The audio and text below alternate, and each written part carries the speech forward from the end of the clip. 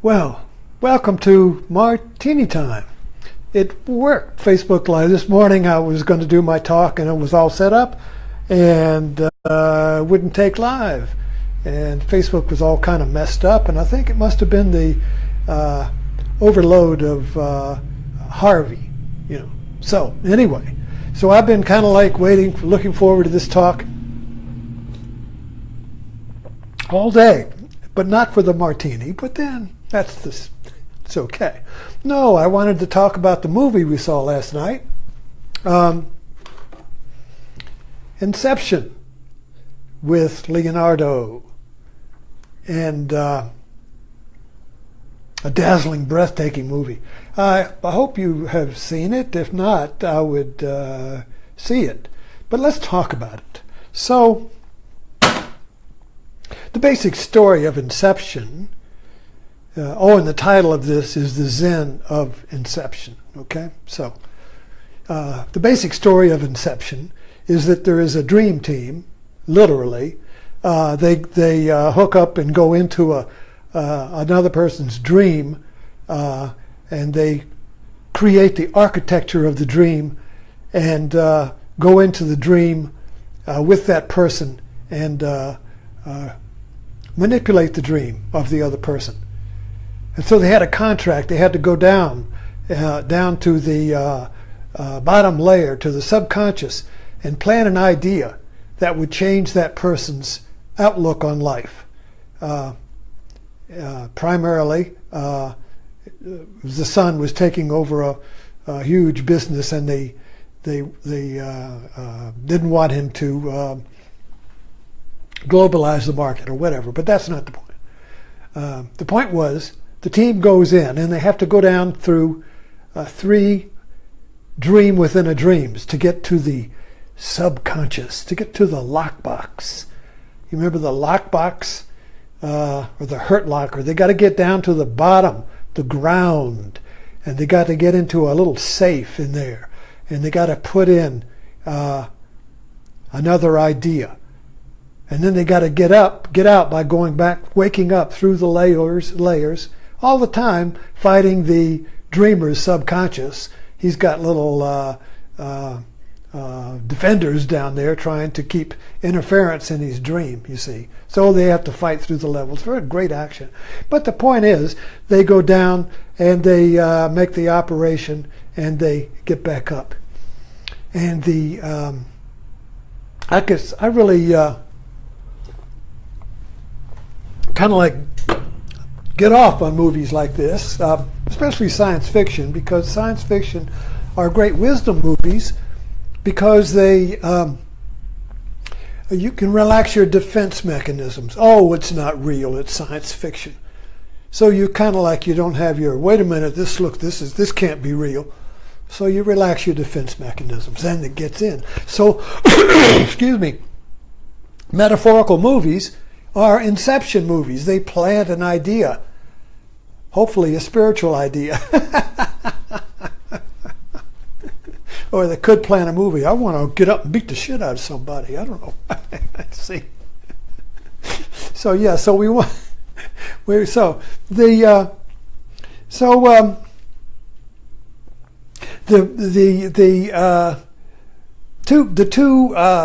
Leo was the dream man, the guy who ran the dream team, and then the target was this businessman, and so the businessman whose dream they went into had to find atonement with his father.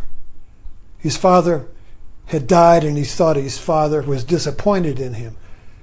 So he went down to the subconscious and went in and opened the lockbox, and he found that in other words, there was he met his father there, and there was an atonement. And for the dream leader, he had to find atonement or forgiveness for a guilt that haunted him throughout his life. So there was the atonement with the father and the forgiveness of guilt. And these are the boons, or what in Joseph Campbell, the hero goes into the unconscious world and comes back with a boon. This is the hero cycle of all the heroes. The hero goes into the unconscious, goes into the unknown, goes into the forbidden land, goes beyond boundaries, goes over the wall, goes through the window, goes through the door, goes into the unknown. Usually it's down, doesn't have to be down, and he goes and he battles with the titans. He does battles the dragons. He battles the gorgons and all that, and he wins a treasure, and he comes back up to the surface world with a boon, and he restores balance, and he helps society with the wisdom he had learned from his journey to. This is classic Joseph Campbell, Hero with 1,000 Faces. Read that book. It maps out the universal path of the heroic journey to restore unity to the earth, which is all our job. That's what we're all here to do. Restore unity.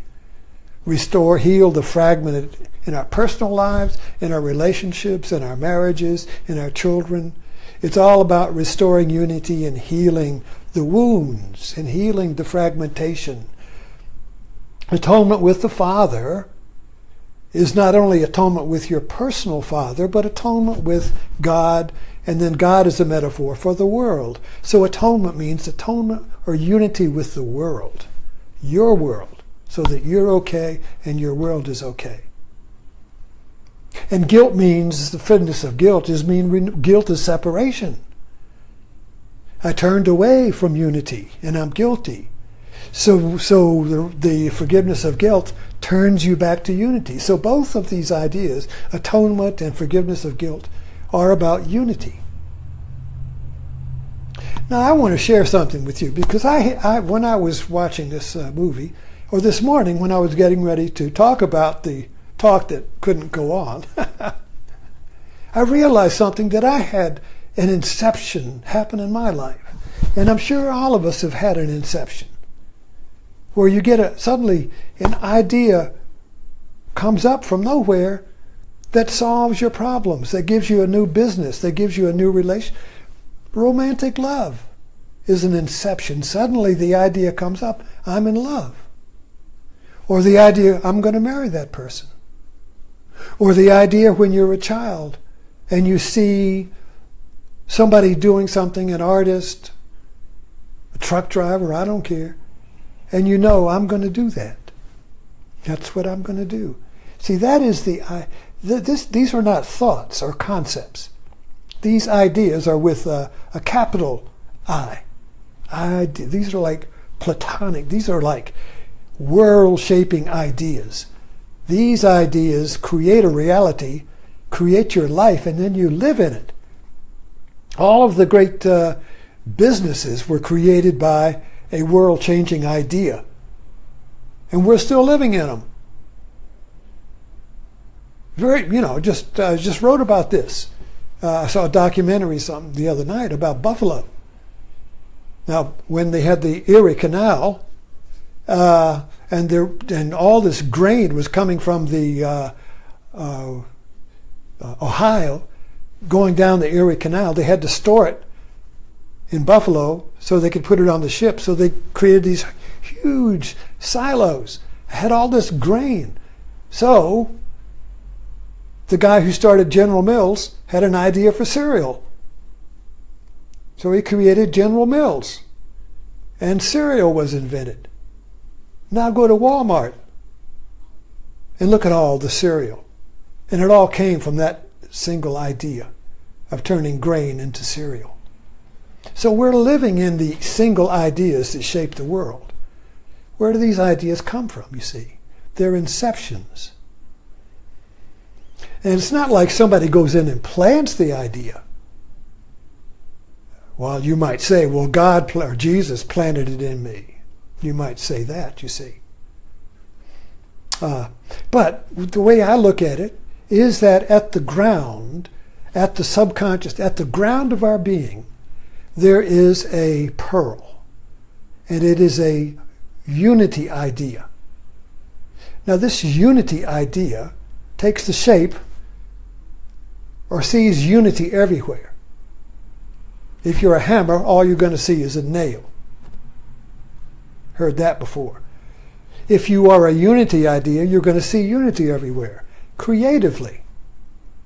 You're going to create unity if that idea is enlivened. This idea is in all of us. It's the God idea. It's the Christ idea. It's the Buddha idea. I don't care what you call it. It's the unity idea, dynamic unity. So when this idea is enlivened, inseminated, like a fertilized egg, it begins to grow. And how does it grow? It grows in you when you see unity. You see, a little Zen Satori. I see the unity in this. I solve the puzzle. I see the totality, the path of totality. I see the totality. You see. So the eclipse we had last week was a metaphor for this. Everybody went, you see. I see the unity. So this unity idea is covered over with another idea. Now this idea is the real inception. And this idea is duality. Two. I see duality everywhere. This idea is implanted by our Western culture. This idea is planted when we're born into a dualistic culture. See, a Western culture is dualistic. Everything is polarity. That's what generates all the stuff we make. All the products we make are attempts to find unity. You ever realize that? All these new products that come out, all the new cereals, you see, is that I don't feel complete. I feel like I need something. Oh, I need a new cereal. Oh, I need a new product. That will restore unity. But then it doesn't hold up, so the disunity comes back, and I got to buy something else. Or my job, I feel separated and exiled. I got to get another job. So I go to school and learn all this thing to restore unity. So we're constantly restoring unity. But where does this disunity come from, you see? It's planted in the sense that, in other words, the physical world is experienced in twos, pairs, like on Noah's Ark. Everything comes in a pair. Everything is two. And then it multiplies. But it starts out as two, just like the egg in the womb. The egg is fertilized. It was one. Then it becomes two. Then it becomes four. Then it becomes eight. Then it's an atomic explosion. Whoa, whoa, whoa, whoa, whoa. And you're born. You see, a unity. All right? So this is the way life works. So you can't do away with duality. However, in our culture, that's the only reality. We don't know, we can't find the unity idea because it's beneath, it's at a lower level. It's the causal level. So the duality is kind of like 2 floors down. All right, you got the waking state, then you got the dream state, then you got the deep sleep state, the causal state. There's nothing there but potential. No consciousness, just potential. There, the seed, the idea of unity is buried. Above that, it's all duality. So we don't go deep enough. We go down and we just stop at the duality. So when that's the idea that shapes my reality, then wherever I look, I see two. Wherever I look, I divide. Whatever I see or do divides. You see, and this goes contrary to the unity idea that is at a deeper level. It's our nature to unify. It's life's nature to unify. That's the idea of life. Unity, unifying. Bringing parts together to new wholes, you see. That's the engine of life. That's the driving dynamic unity. This is a dynamic idea. So when this idea is awakened, whatever you see unity everywhere. but it's creative unity. You don't see unity. You can't see unity. What we see is duality. But the unity idea creates unity out of duality. That's creativity. That's what an artist does. An artist creates unity out of dots, out of fragments, out of pieces. MacGyver. You got this and that. How can I make a tool out of it? You see. So when this unity idea is activated, it reverses everything. It transforms your whole life. Instead of going in further and further exile, you go towards further and further unity. The stream is reversed. The current reverses. Instead of going outward to further and further exile and loneliness and despair, you're going inward towards greater joy and creativity and union and love, you see. If you're going in the wrong direction, all you feel is hate and anger, and you blame it on the world, not realizing that it's your duality idea that's activating you instead of your unity idea, right? So, this is, I found this to be very interesting, a movie, because it kind of like metaphorically mapped this for me.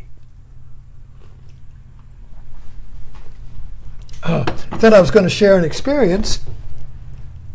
So in 1968, I had been, let me see, it's in my early 20s, and I was teaching English, Northern Virginia, and I had been on a search for unity, philosophy, Thomas Merton, mystical Christianity, philosophy.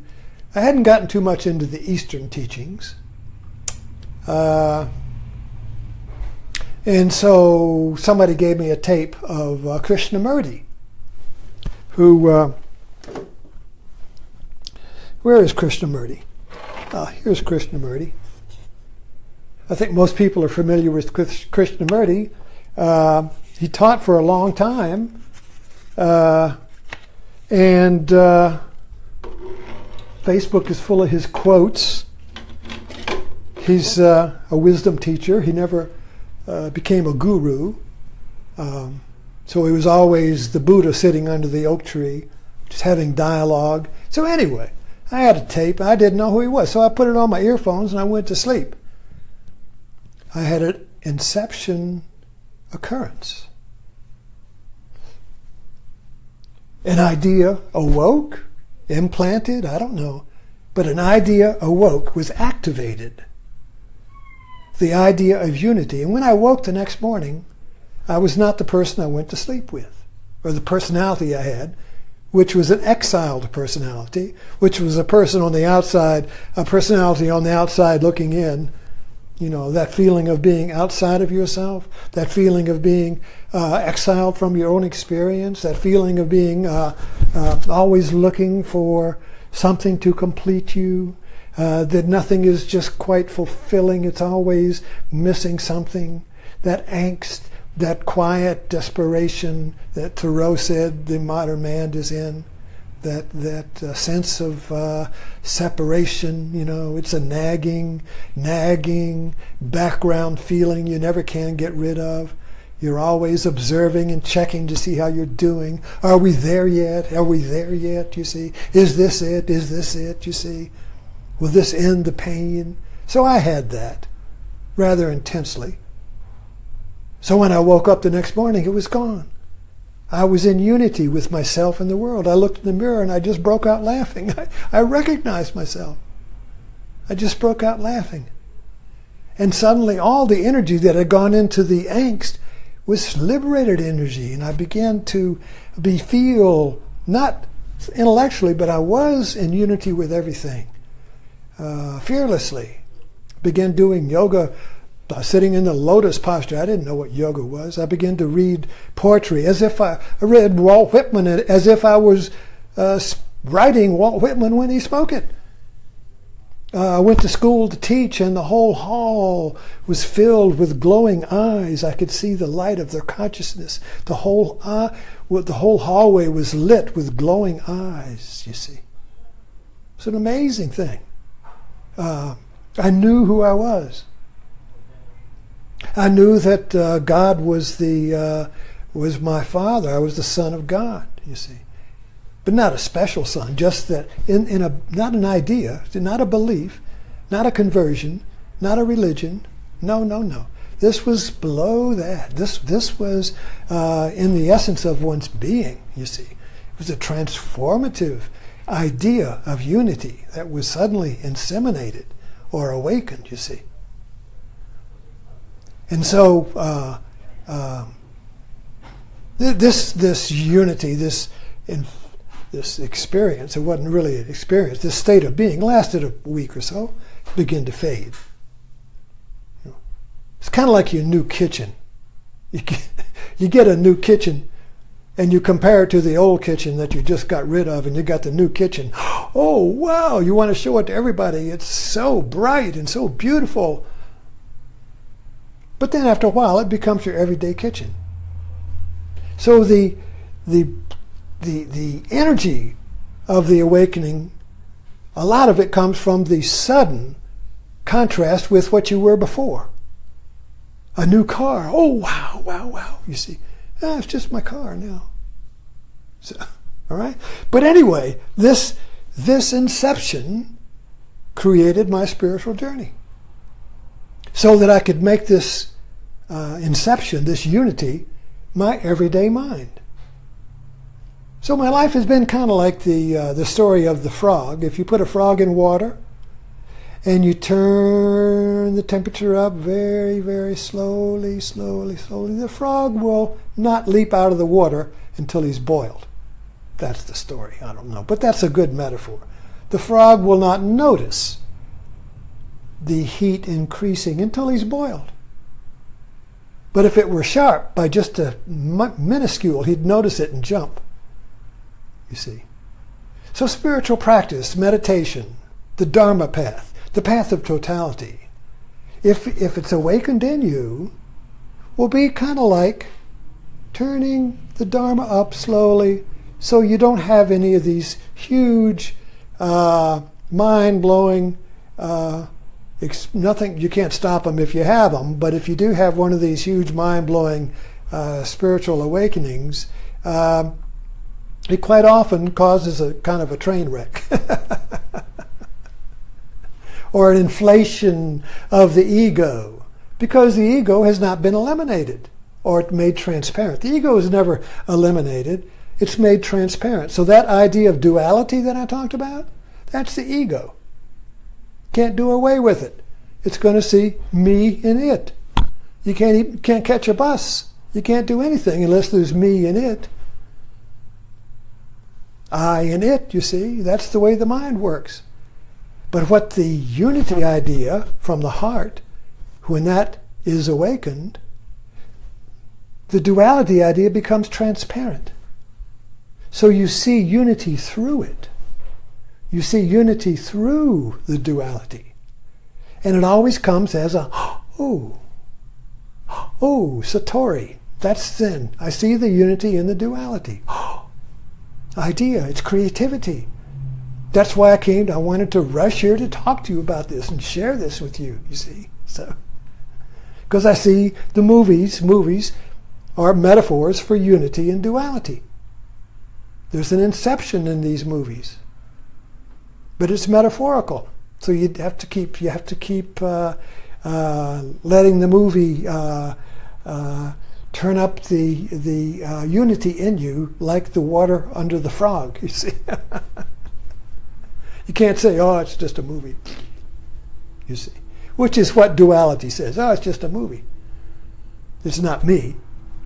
But when you begin to see the metaphorical unity that the movie is communicating, you get the je suis inception, or whatever the movie is. Je suis Avatar. I am Avatar. I am Inception, you see.